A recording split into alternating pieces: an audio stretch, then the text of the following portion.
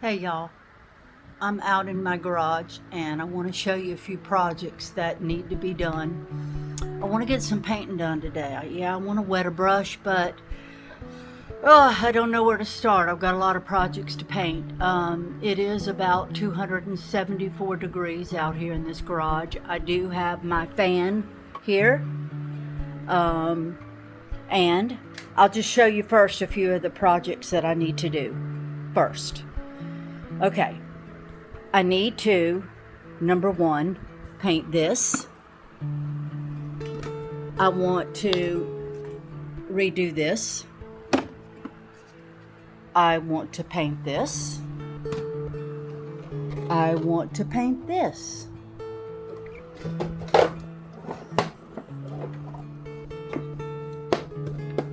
I am going to redo this. Sorry, y'all. I know I'm throwing the phone camera around. I want to paint this lamp. Okay, that's not it. That's not all. That's just a few. This desk right here, it's painted, it's sealed, it's polished. The only thing I haven't done is put the hardware back on. That's all I need to do. Post it, sell it. Why haven't I put the hardware back on? I don't know. Anyway, here is another project that I want to get to.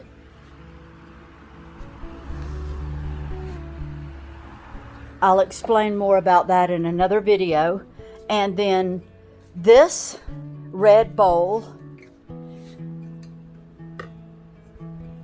Red just doesn't sell right now. So this is slick glass, and it's not gonna take paint super well. So when that happens, I use a product first called Fusion. It's a ultra grip, and by doing a coat or two on a piece like this that's slick, it allows the paint to grip to it. So it's a good product. So and then this is my table of projects that it's another day or another month or another week or another year. But so the first thing I do when I've got a project like this or this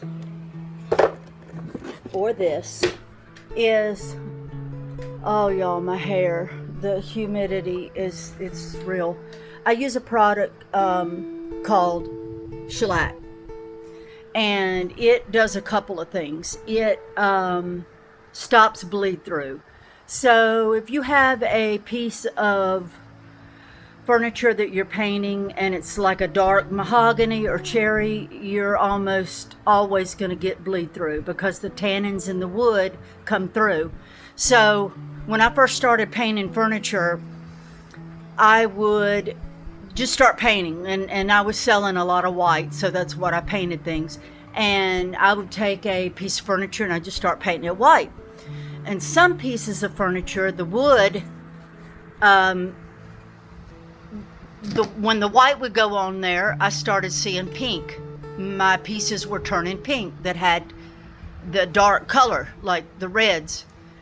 So I finally found out that no matter how many coats I did, the tannins in the wood were going to bleed through.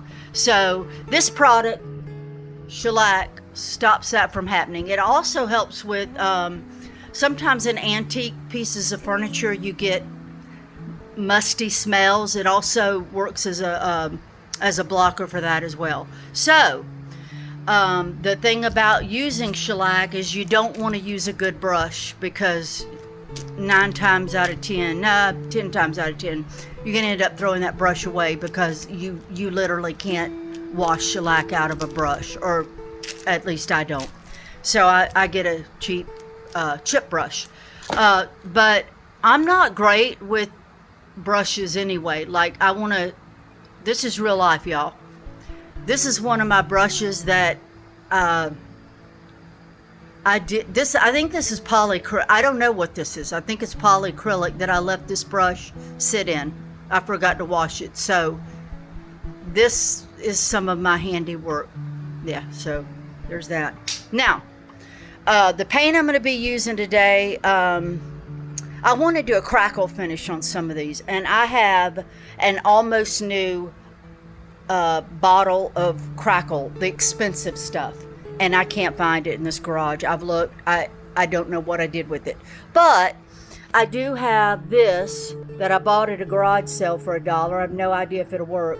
It's a folk art crackle medium, so I might try that. And then I've got this paint. I actually got this at a church rummage sale, I think, or garage sale. It's unopened. It's Fusion's good paint, and it's pretty expensive. So this is a real pretty metallic. It's called Champagne. I haven't opened it yet, so we'll see how that goes. And then I've got this jar of thickened, I think it's called Country Chic.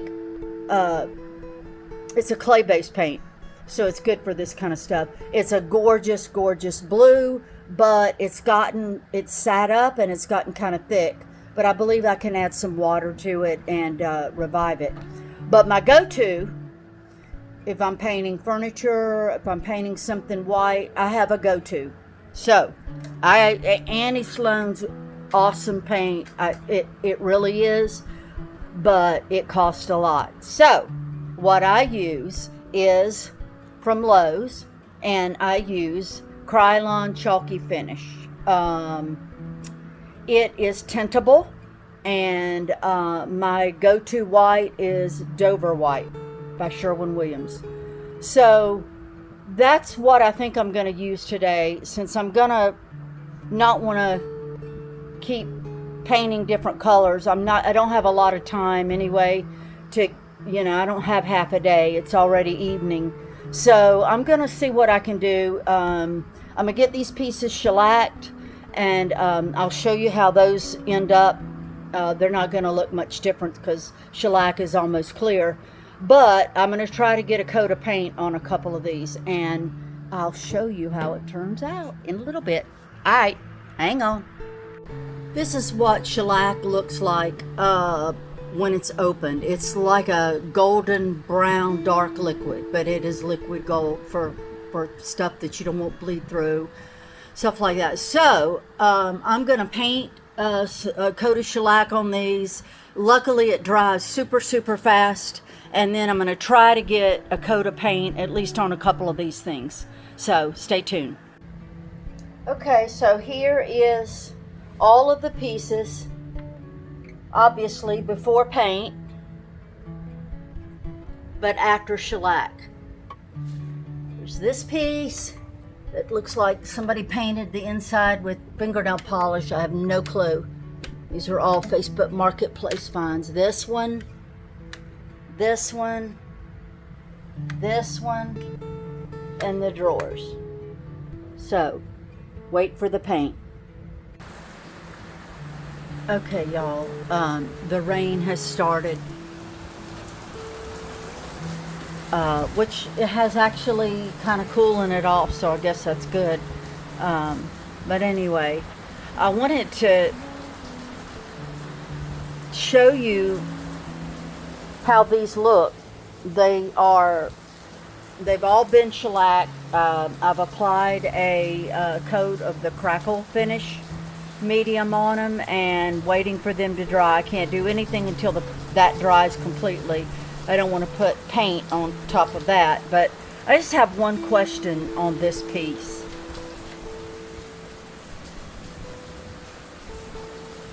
This, who hurt you? Why?